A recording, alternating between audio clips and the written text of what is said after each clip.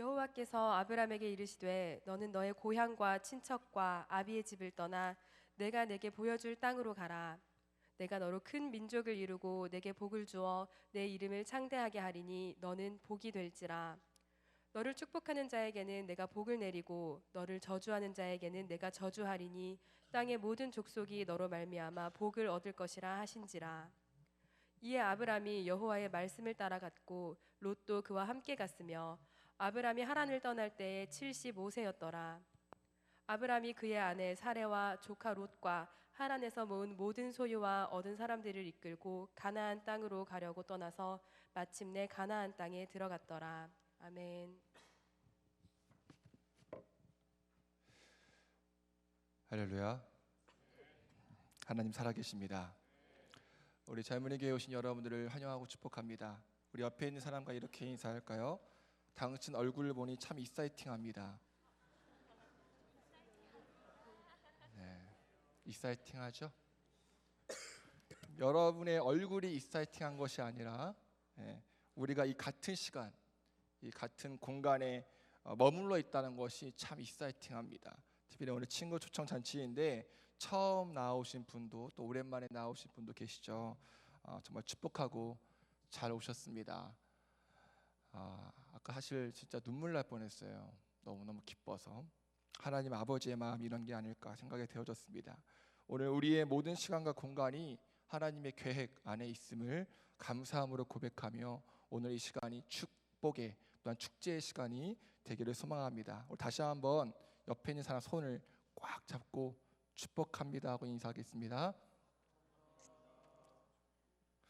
하기 싫으신가 봐요. 얼마 전에 저희 가족과 함께 아쿠아리움에 갔어요. 저는 좋은 아빠거든요. 저처럼 예쁜 물고기가 많더라고요. 물고기 이쁘죠? 네. 그래서 각양각색의 물고기와 이 동물들을 보다가 이 마지막에 가보신 분들은 아시겠지만 마지막에 그 물고기들에게 먹이를 줄 수 있는 공간이 있잖아요, 그렇죠? 그래서 그 앞에 좀 2,000원이 좀 아까워서 그냥 우두커니 서 있는데 물고기들이 막 몰려오는 거예요. 왜일까요? 왜 몰려들까요? 그렇죠. 먹이 주는 줄 알고 막 몰려드는 겁니다. 그래서 제가 이 먹이 주는 척을 했어요. 이렇게 주는 척했는데 더 몰려갖고 막 저보다 입을 더 크게 쫙쫙 벌리면서 막 이렇게 너무 개연이 괜히 했나 봐요. 아무튼 막 먹이를 쫙쫙 막 달라고 하더라고요. 장난기가 좀 발동해갖고 이 먹이 주는 척을 하면서 오른쪽으로 움직였어요. 이렇게 움직이니까 물고기가 어떻게 했을까요? 따라오더라고요. 왜요? 먹이 먹으려고요. 저는 그때 뭘 느꼈냐?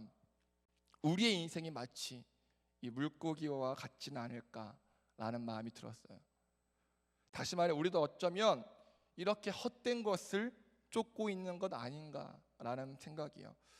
오늘은 2019년 11월 마지막 주인데 여러분들은 지금껏 무엇을 향해 달려오셨나요? 무엇을 쫓고 살아오셨나요? 사람마다 살아온 인생이 다르죠. 부모도 다르고 인간관계와 살아온 환경도 다 다릅니다. 좋아하는 것도 싫어하는 것도 다 다르죠. 꿈도 다릅니다. 하지만 하나의 공통점이 있어요. 그게 뭐죠? 어느 누구나 행복하기를 원합니다. 저는 불행하기를 간절히 원해요. 정말 행복하고 싶지 않아요 라고 말하는 사람 단 한 명도 없습니다. 어쩌면 우리는 행복을 쫓고 있는지 모릅니다. 행복을 향해 달려가고 있죠. 좀 더 정확히 말하면 복 받고 싶습니다. 그렇죠? 누구나 다 복 받기를 원합니다. 돈 잘 버는 복, 성공하는 복, 인간관계가 잘 풀리는 복, 미래를 깨트려보고 잘 준비할 수 있는 복 등 저마다가 생각하는 복의 조건을 향해 달려가고 있습니다. 그래서 새해마다 복 많이 받으시라고 덕담을 하잖아요. 중요한 것은 내가 쫓고 있는 그 복이 내 인생의 목표인 그 복이 진짜 복이냐는 거예요. 만약에 그 복을 쫓고 있는 내 모습이 마치 헛것을 쫓고 있는 물고기와 같다면 한 번밖에 없는 내 인생 너무나 허망하지 않을까요? 성경에도 복에 관련된 내용이 참 많이 나오는데 과연 사람에게 진짜 복은 무엇인지 함께 나눠보도록 하겠습니다. 우리 창세기 1장 28절 읽어보겠습니다. 시작. 그들에게 복을 베푸셨다. 하나님이 그들에게 말씀하시기를 생육하고 번성하여 땅에 충만하여라. 땅을 정복하여라. 바다의 고기와 공중의 새와 땅 위에서 살아 움직이는 모든 생물을 다스려라 하셨다. 아멘. 자, 이 말씀은 성경에서 처음으로 언급된 복에 대한 말씀이에요. 하나님께서 온 세상과 사람을 만드셨습니다. 아무리 천재학자라도 인정할 수밖에 없는 사실, 태초에 하나님께서 천지를 만드셨다. 할렐루야. 그리고는 하나님께서 사람에게 무엇을 베풀었다고요? 복이요. 그 복이라 함은 생육하고 번성하여 땅에 충만하고 땅을 정복하여 살아있는 모든 생물을 다스리는 것이요. 한마디로 너희의 후손들이 이 땅 가운데 가득할 거야. 그리고 이 땅의 모든 것을 다스릴 수 있어. 이 땅의 모든 것을 다스릴 수 있어 라고 하는 복이죠. 여러분, 이게 왜 복이죠? 이 땅의 모든 것을 다스릴 수 있는 것이 왜 복일까요? 생각해 보세요. 저번에 어느 형제와 스타벅스 앞을 지나가는데 스타벅스 회사의 사장까지도 원하지 않고 스타벅스 체인점의 사장만 돼도 좋을 것 같대요. 여러분들은 스타벅스 사장이 되면 어떨 것 같으세요? 다들 싫으신가 봐요. 그런데 나뿐만이 아니라 내 아들이 스타벅스 부평 역점의 사장이 되고 내 딸이 스타벅스 부평 시장 역점의 사장이 되면 어떨 것 같으세요? 나만 쓰레기예요? 아니면 조물주 아래에 있는 건물주가 된다면요? 나는 가만히 있는데 그냥 누워있는데 매달 꼬박꼬박 월세가 들어와. 죄송합니다. 회개하겠습니다.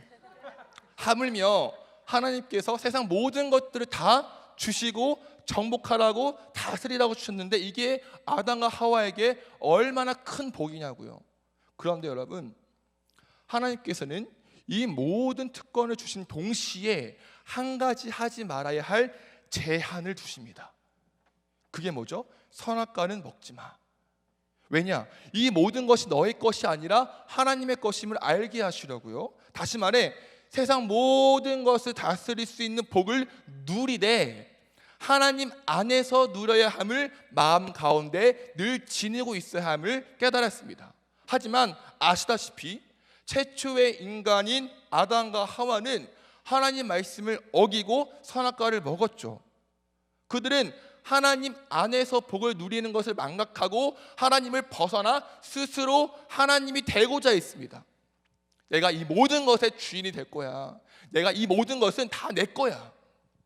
결국 그 복이 변질되어서 아담과 하와를 죽인 저주하는 독이 됩니다.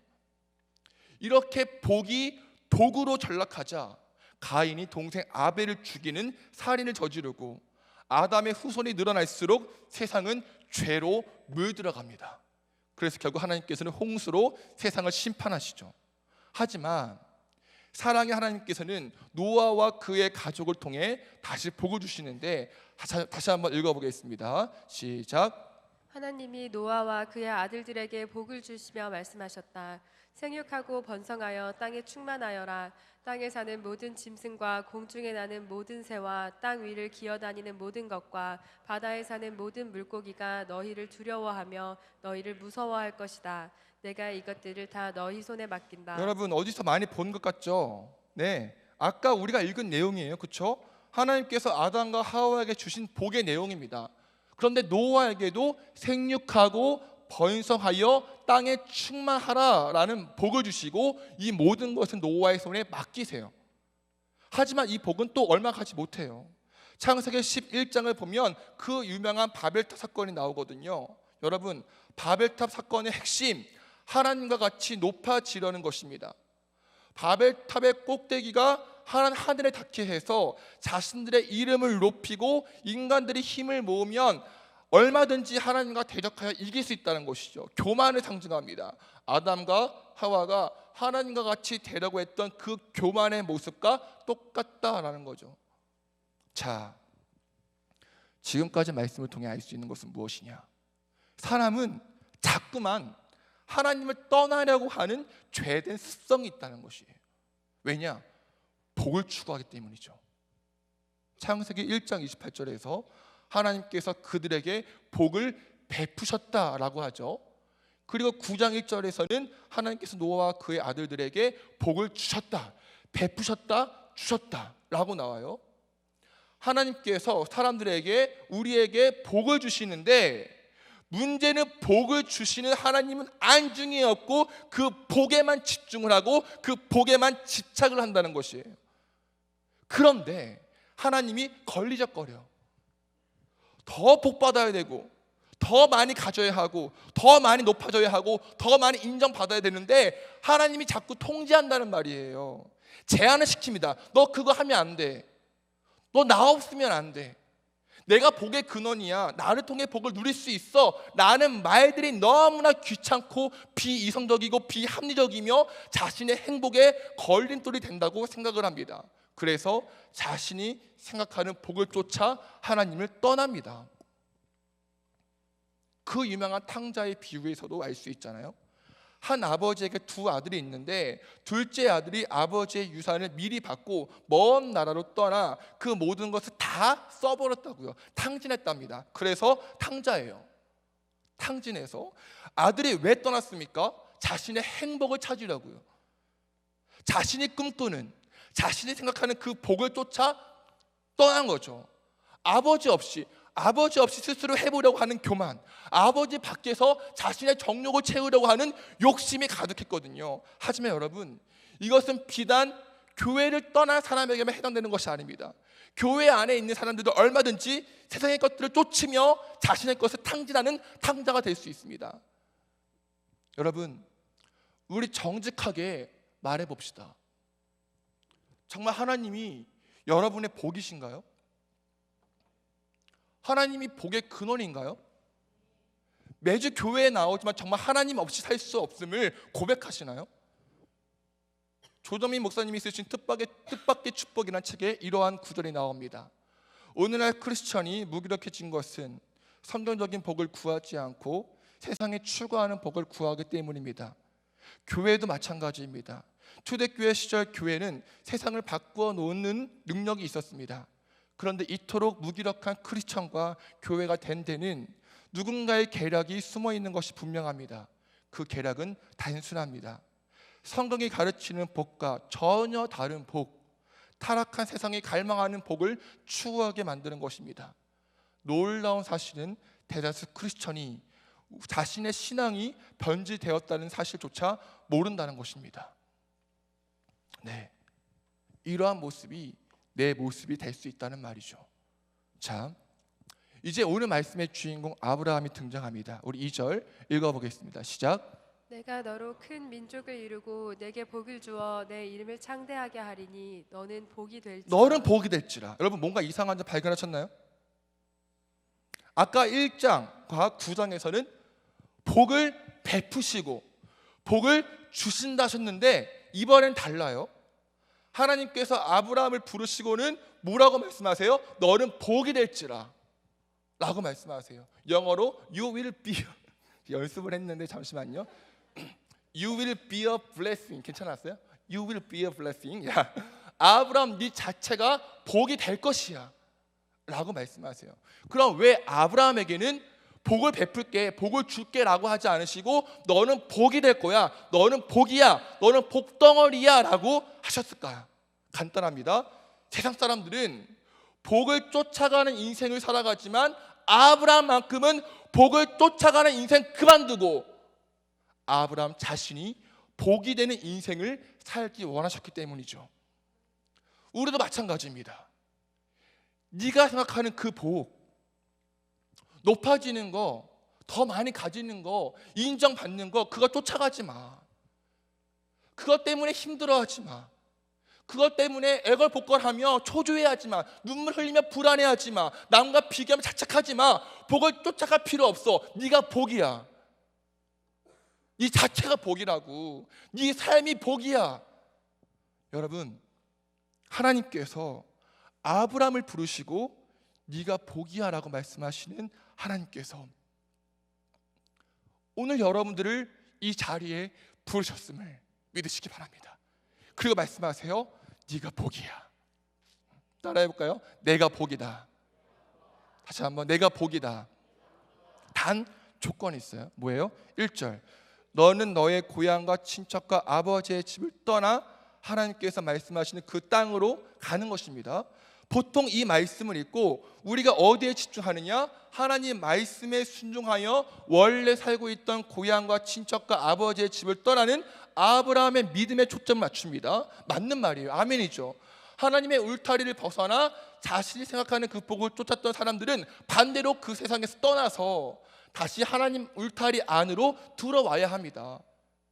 둘째 아들이 자신의 모든 것을 탕진하고 공허하고 허망한 마음으로 아버지 품에 들어온 것처럼 우리는 반드시 헛되고 허망한 세상에서 하나님 품으로 다시 돌아와야 합니다.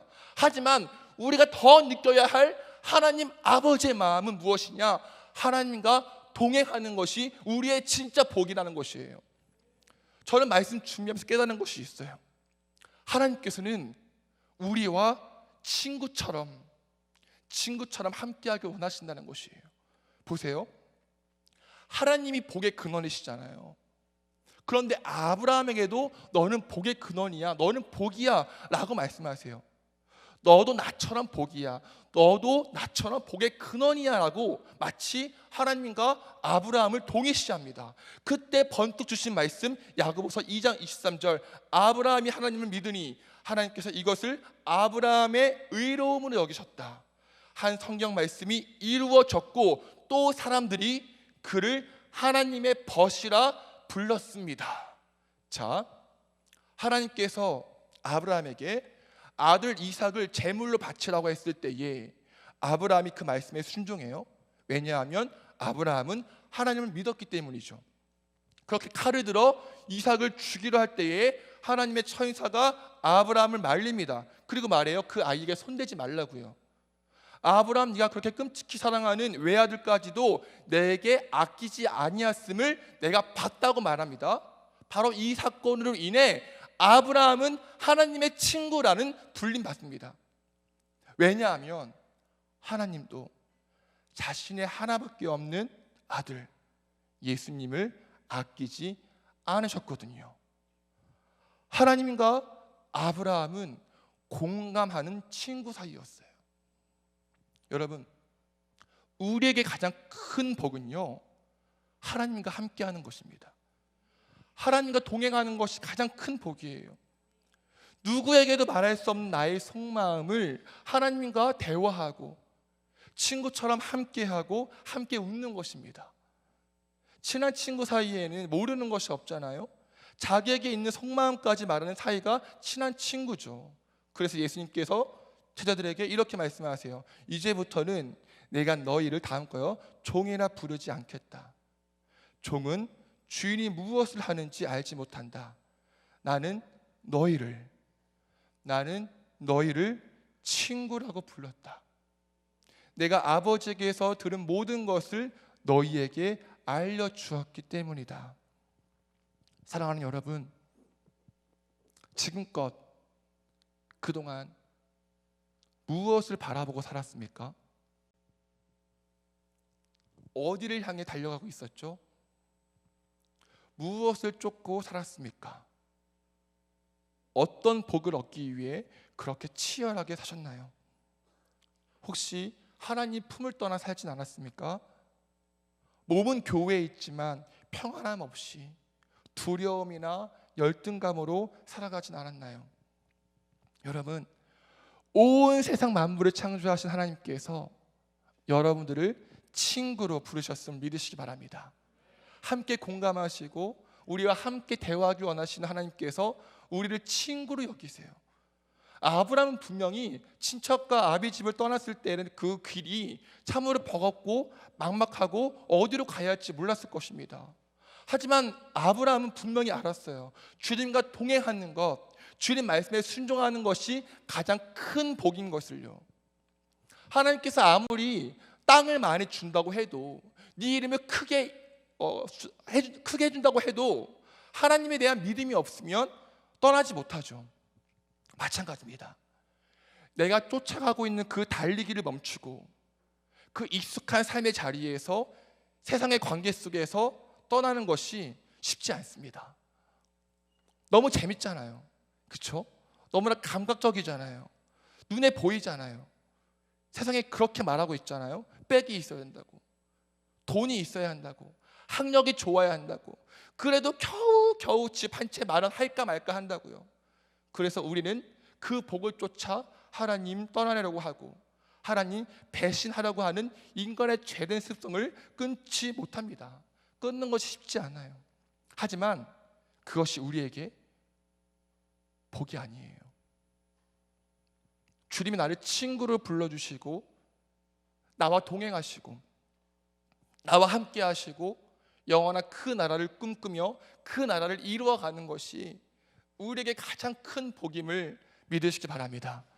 왜냐하면 하나님은 세상 모든 만물의 주인이시고 전능하시고 살아계신 오직 유일한 참 신이기 때문입니다. 그럼 복 있는 인생은 어떤 인생일까요? 더 이상 복 달라고 애걸복걸하지 않습니다. 다른 사람과 비교해도 더 이상 처량하지 않아요. 세상 무엇에 매일 필요가 없습니다. 왜요? 내가 복이니까요.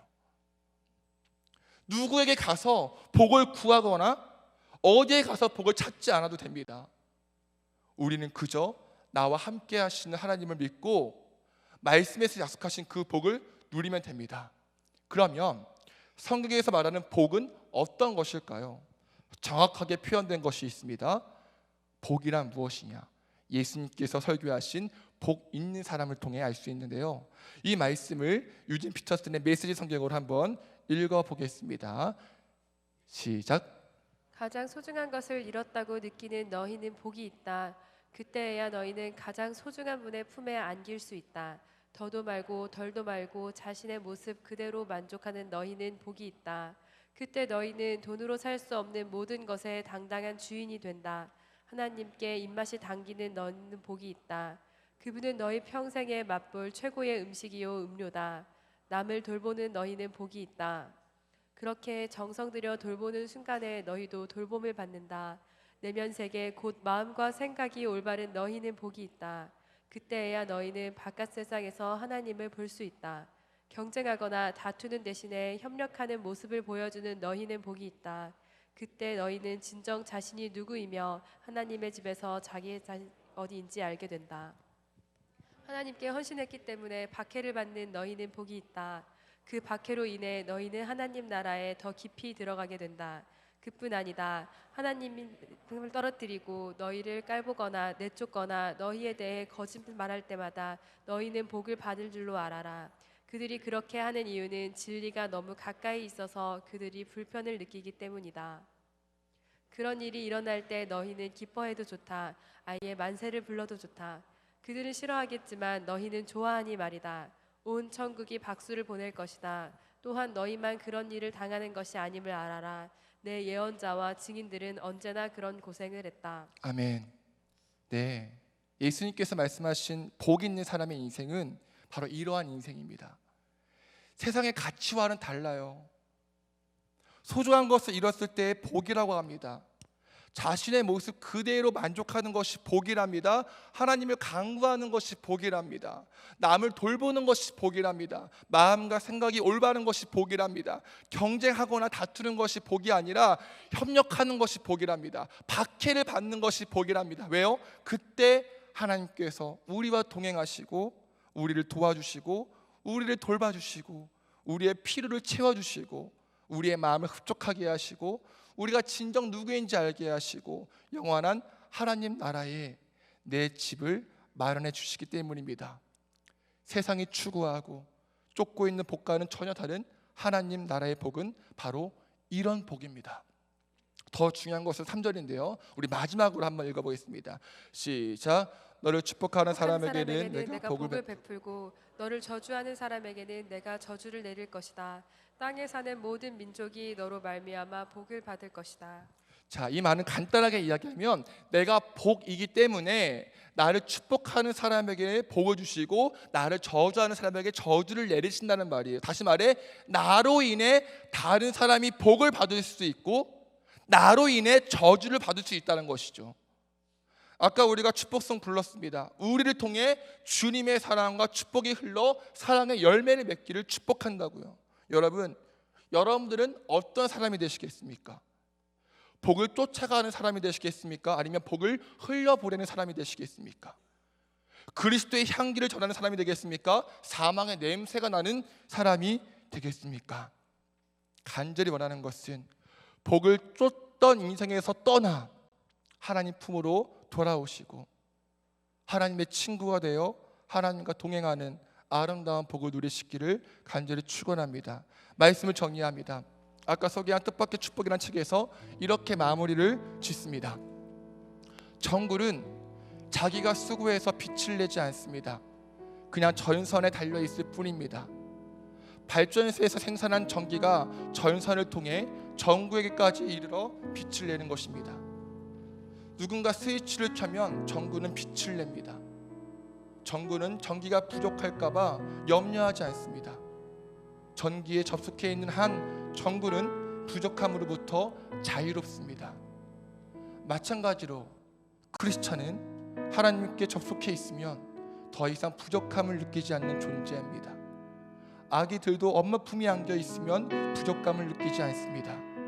엄마가 모든 목마름과 배고픔과 불편함을 해결해 줄 것이라는 본능적으로 믿기 때문입니다. 구원받은 크리스찬은 하나님 품에 안긴 어린 아이와 같습니다. 유치한 믿음이 아니라 어린이 같은 믿음입니다. 하나님을 아는 것은 하나님과 하나, 다음 거요. 하나님을 아는 것은 하나님과 하나 되었다는 의미이고 하나님 품 안에 안긴 것처럼 그분의 임재를 믿는 것입니다. 그럴 때 우리는 초월적 삶을 살게 됩니다. 사랑하는 젊은이 교회 여러분, 하나님을 가까이 하는 것이 우리의 복임을 깨닫고 하나님과 함께 행복한 삶 살지 않으시겠습니까? 오늘 말씀 붙잡고 함께 찬양하며 기도하시겠습니다. 같이 일어나시겠습니다.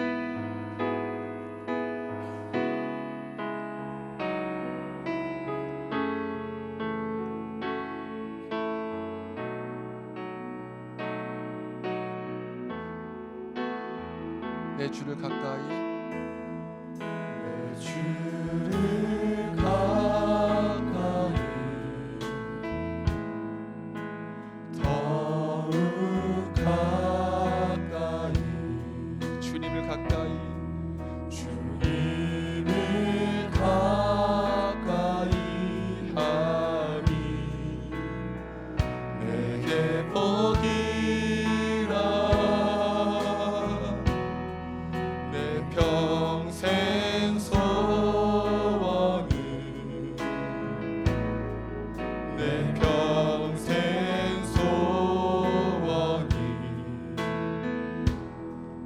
영원한 주의 나라 안에 사는 걸 한 번 더 믿음으로 고백하시겠습니다. 내 주를 가까이 내 주를 가까이 여러분들은 복입니다. 더욱 가까이 주님을 가까이 주님을 가까이 하니 내게 복이라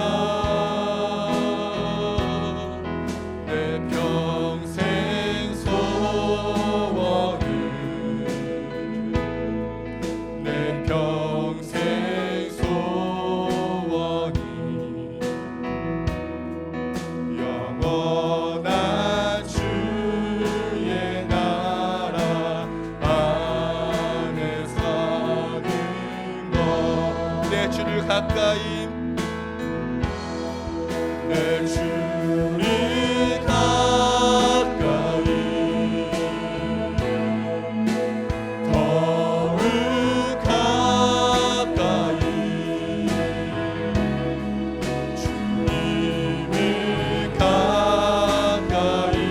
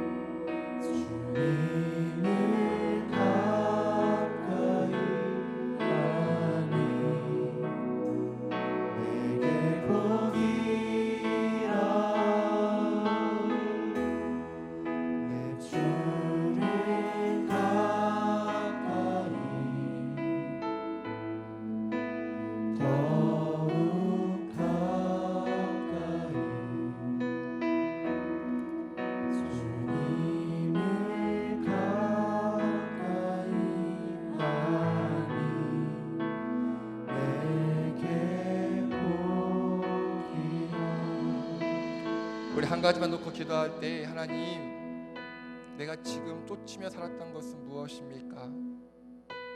세상이 말하고 있는 복은 아니었습니까? 어항에 있는 물고기처럼 헛된 것을 쫓으며 입을 벌리고 그것에 집착하며 살진 않았습니까?